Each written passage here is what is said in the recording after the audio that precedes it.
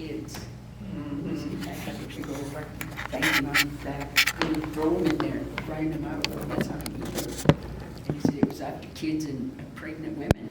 Oh. And they'd say, don't go out at the end of this because if they see you, they'll catch you. And we'd get scared and we'd just go so far and look around, we hear noise. And then after I got older, I go, I think that was a trick for the kids not to go get lost out in the woods and tell them that rock man's going to catch you if you go out there. And that was to keep them from wandering off. Well, that was a good thing. But you know, when you tell a kid something like that, they believe it, and it's scary. And then the headless horseman, they call him Yellow. He's another one. But he's the one that he's like your protector.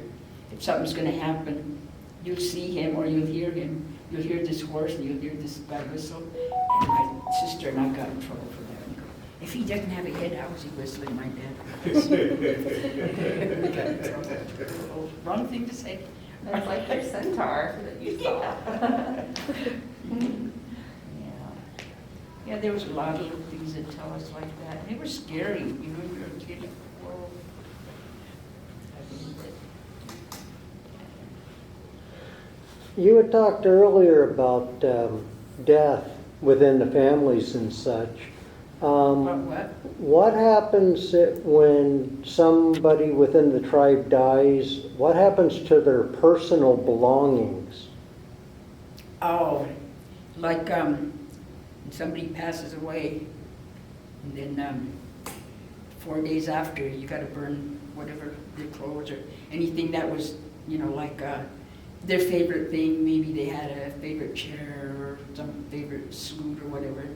Then you burn all that because you're sending it with them. And then a month later, then you have a dinner. And the dinner is so you can go out and party around, do whatever you just get your life back to normal again. And then that's when you're really you know, showing them respect and letting them go. And sending their things with them. That's what the dinner is for and stuff. I guess your last goodbye sort of like thing. So that's another thing. Yeah. What is your belief in spirit animals? What do the animals mean to the Miwok? Different ones? Do they portray different characters? You mean like the bear? Well, like the bear, we were always taught that, you know, like, don't be afraid of him. That's not like go up there and hug him and all that kind of stuff, but don't fear him because they say he's like us. Because like the mama bear, she'll fight for her kids like we would. And that's why I tell everybody, I go, you pick on my kids, you come and pick on me. I go, don't be hollering at my kids or wanting to fight with my kids. I go, you come and see me because after all, I go, if it wasn't for me, they wouldn't be here for you to pick on. I go, they're here because of me, and if you got something to say to them, you come and you say it to me. And they say, oh, no, yeah. I go, yeah, right. I'm like a bear when it comes to my kids and my grandkids.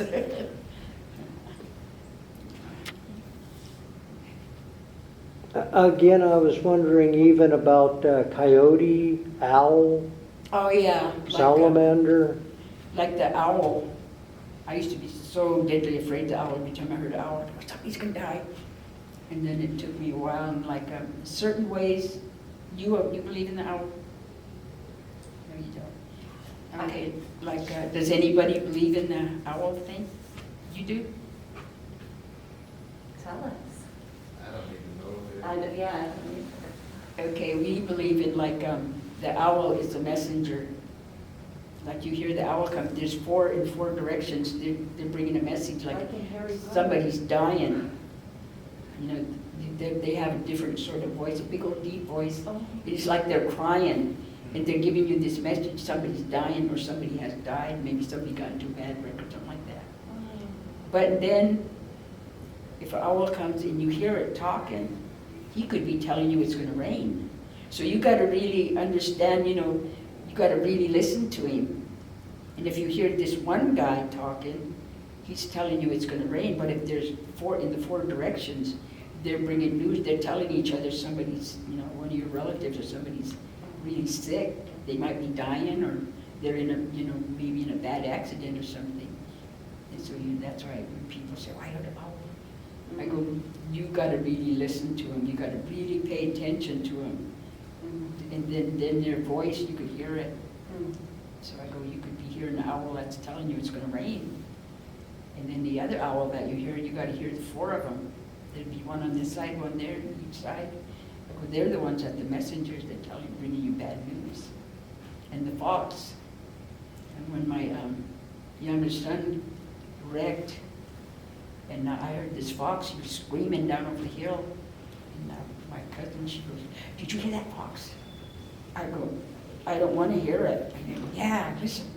And I heard that, I go, oh my God, I go, somebody's going to come and tell me something. And my cousin got a call and I ran over and she was, Daryl got into wreck. She was, they're cutting him out of the car. When he got in a bad wreck, they're going to be hauling him out to the hospital. And so somebody took me over there and then they took me down there and he was in a coma for 2 days. And I kept telling that doctor, it looked like there was blood coming out of his ears. I go, there's blood coming out of his ears. Oh no, it's from his head. It's rolling down and it's coming down. I go, no, I can see it coming out of his ears. And he goes, no. And then he kindly came to, and when he came to, the first thing he asked for was a popsicle. He goes, Mom, I want a popsicle. And the nurse goes, bring him all the popsicles he wants. He goes, because he'd just come out of his coma.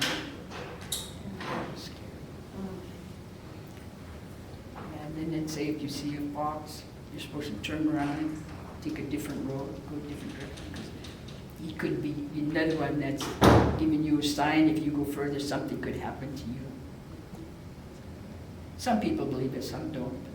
I say I was raised by listening to all this, so I'm not going to always say, oh, that's superstition, I don't believe in it. And then something does happen, and I don't know if it was because of that or not, but I'll say that that's because I wasn't listening. So I always pay attention. I still, like I tell everybody, I'll never give up my old ways. I'll always believe in my old ways because they're there. And that's what I was taught, so that's what I'm not going to let go. I'll always Think about what you're saying, your old way. So growing up, like what kind of diet did you all like partaking in the house? Is it more like, what am I trying to say? What kind of food did you eat? Yeah, well, and also, because you look amazing for your age. I was talking to Tracy earlier, I'm like, well, she was talking about, oh, you wear whatever. Like, so what are some of the things you do? Respectfully speaking, so. Oh, I'm sorry. What's that? I couldn't hear you. She said respectfully. I'm saying respectfully, you look good to be up in age. Oh, Yeah, I was saying, like, what are some of the things that, are you taking some of the things that you grew up with and still practicing that? Because you said you will never, get out of your old ways, or, like diet, or just like kind of. You want to know what you're doing because when Stress he's your free. age, you want to be looking good. Like, not being so stress free, being able to, move in different directions. well, I'll tell you one thing, I eat too much. No, I don't, I don't know.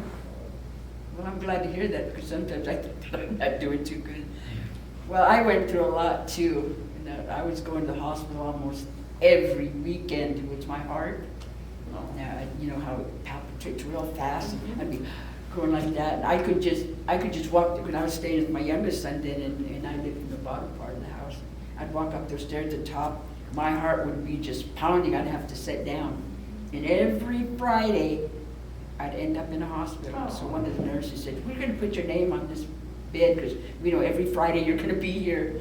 And I was, and then finally, that's when I came down to Stockton, and I went to the hospital, and then they had that little, what do you call that little thing? They said it was like when a wire shorts out, you got to burn the end of it. Oh, a pacemaker? I forgot what they call A it. nerve. A nerve was setting it off. Yeah. And St. Joseph's caught it. So they had to do that, and after that, I was okay. Yeah. And then another time I got real sick, they said my stomach was up too high, and it was putting pressure on my lungs and my heart, and I didn't know that all the time. And then I had to go have surgery on that. And then I had a hernia, I had surgery. I was going back and forth. And one time before they fixed my stomach where it was supposed to be, and I used to walk down, and I'd feel like I was just drunk. I'd go staggering down the stairs like, God, if the cops go by, see me, they're going to throw me in jail, think I'm drunk. I'd have to hang on the side of the wall to keep from falling. And then one time I did. I endoed it. I tripped on, those little things they have with the stops of cars. I didn't lift my feet up high enough. Oh. I just flattened out. I go, good thing I had a cushion because I didn't break no ribs. Yeah, but I was back and forth in the hospital. Finally, I don't know what they did, but whatever it was, it helped me. I was even on the oxygen thing for a year, and then I just got over that. I have trouble breathing. If I walk a long ways up, you could hear me breathing. And my daughter always goes, are you okay? Everybody, it makes me still upset. People are you okay? Are you okay? I go, yeah, I just always breathe like this. Yeah, I do. She was saying earlier, growing up, she had to go and catch rabbits or chickens for herself to prepare for food, and that's how she really lived off the land. Oh, yeah. Free range, I guess you could say. Yeah. Acorns.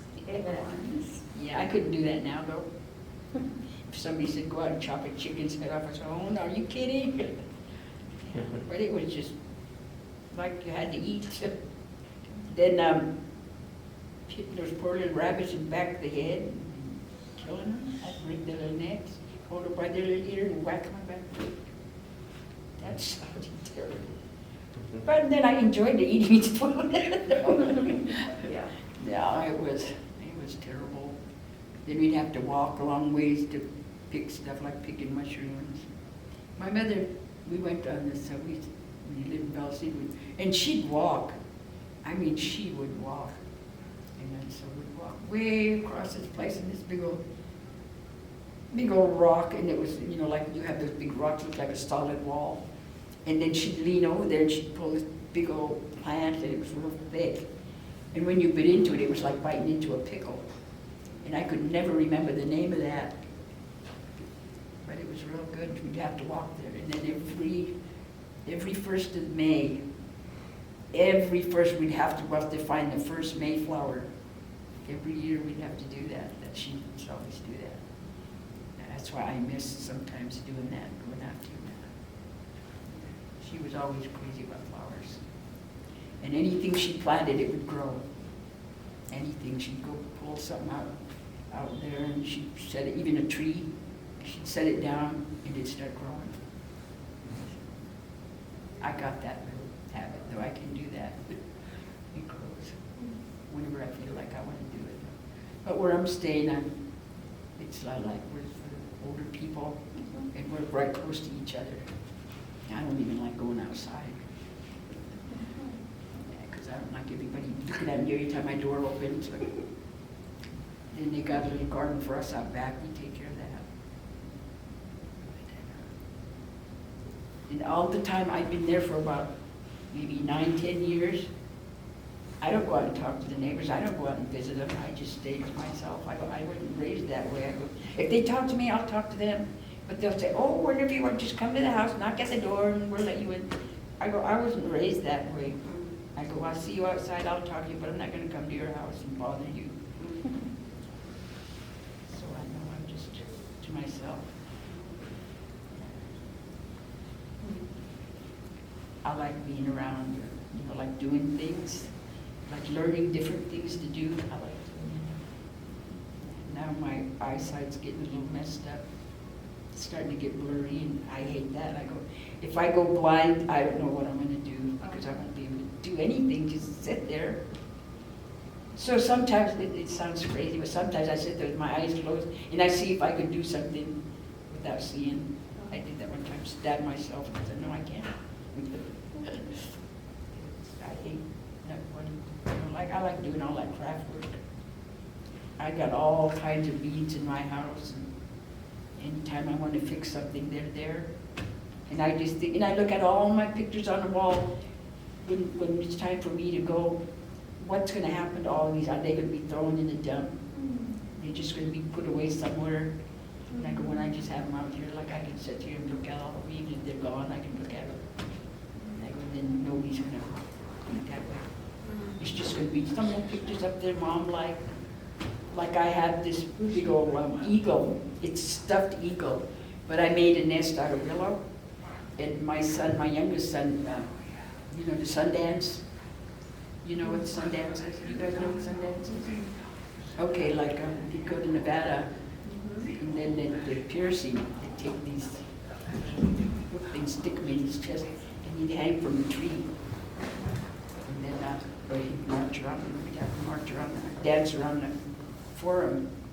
And then they'd do that, then they'd have to, each time they walked up to the pole, they'd walk back, and they'd have to pull like that. And the fourth time when they pull, they'd have to come off.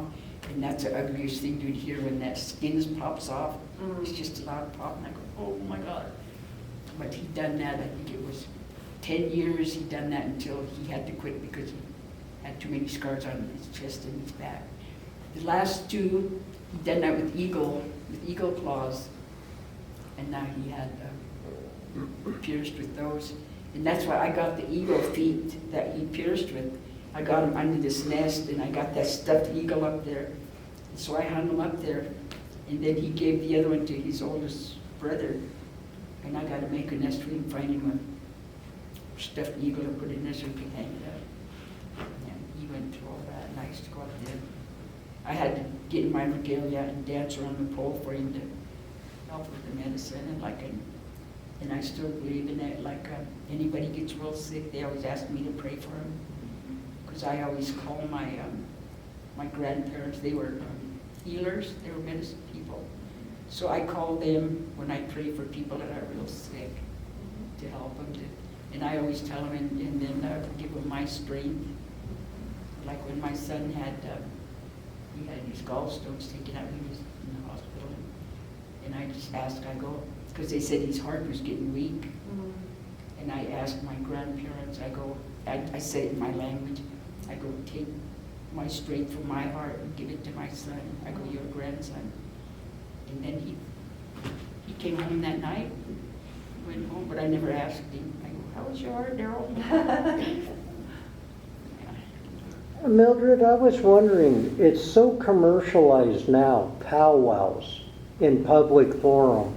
What was it like when the Miwok actually had celebrations and games and kept it amongst themselves? Oh, that was like when they'd have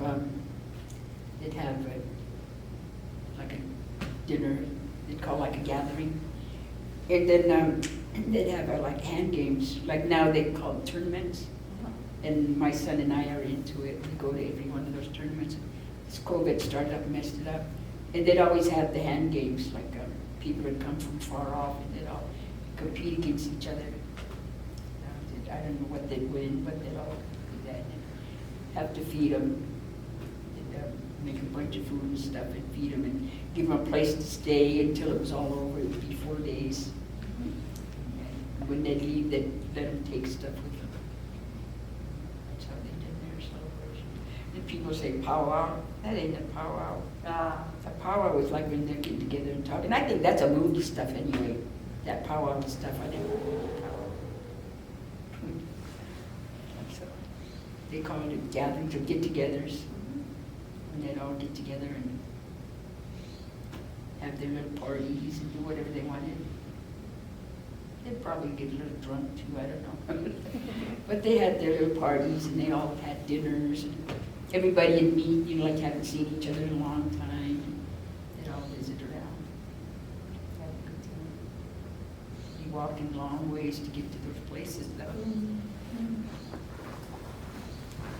That's what my father says. He says he describes the powwows from the old days to be more like competitions between the tribal nations and communities. Yeah. Now it's dress regalia dance. Yeah, and then back then, they never had kids dancing. They were It was old. more, they were war games. Yeah. It was the warriors that would go out and perform, I guess. They'd have like, one would be like, the group would be the men out dancing, and then the women would come and dance, but they never had any kids like they do now. Now they have kids dancing. I guess it's okay, but then, you know, and then people always ask me, like, is that okay? I go, you're asking me? I go, I'm still way back when. And like one time they said, like, is there Miwoks had any Indian princess? I go, no. No, I go, that's the other tribes did that. I go, they never had stuff like that. Yeah, and then like they say chief, Well, they didn't call him, they called him the head man or the head woman, they wouldn't say him chief. I go, some of that is like the movie stuff. I go, that's all Hollywood now. Mhm. You don't hear stuff like that. I go, but don't ask me anything because I'm way in the past. And I go, I'll tell you the way I was brought up, and that's not now. I go, that's way back, all forgotten, but not by me. I go, I'll always remember all those. I still live by that way.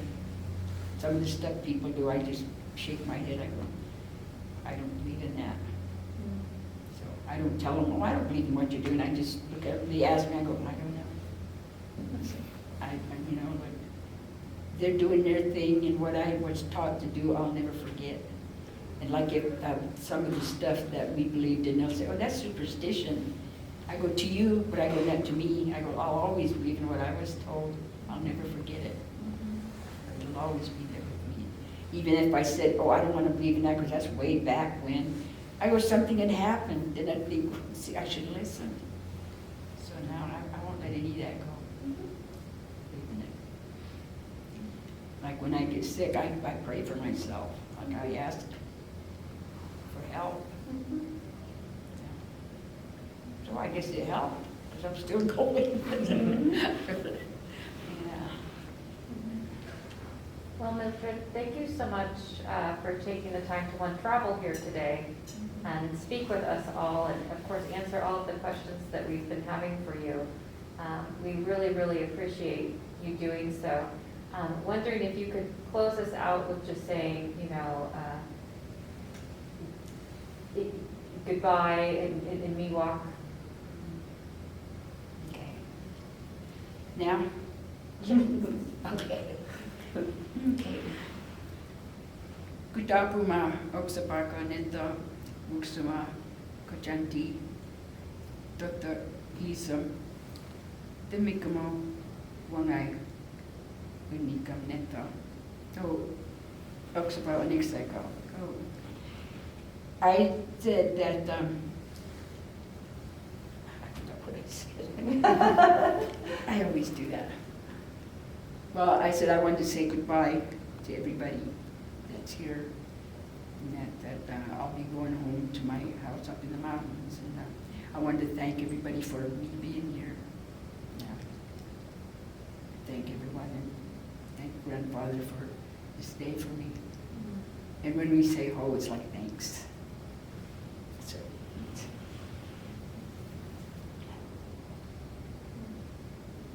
Thank you.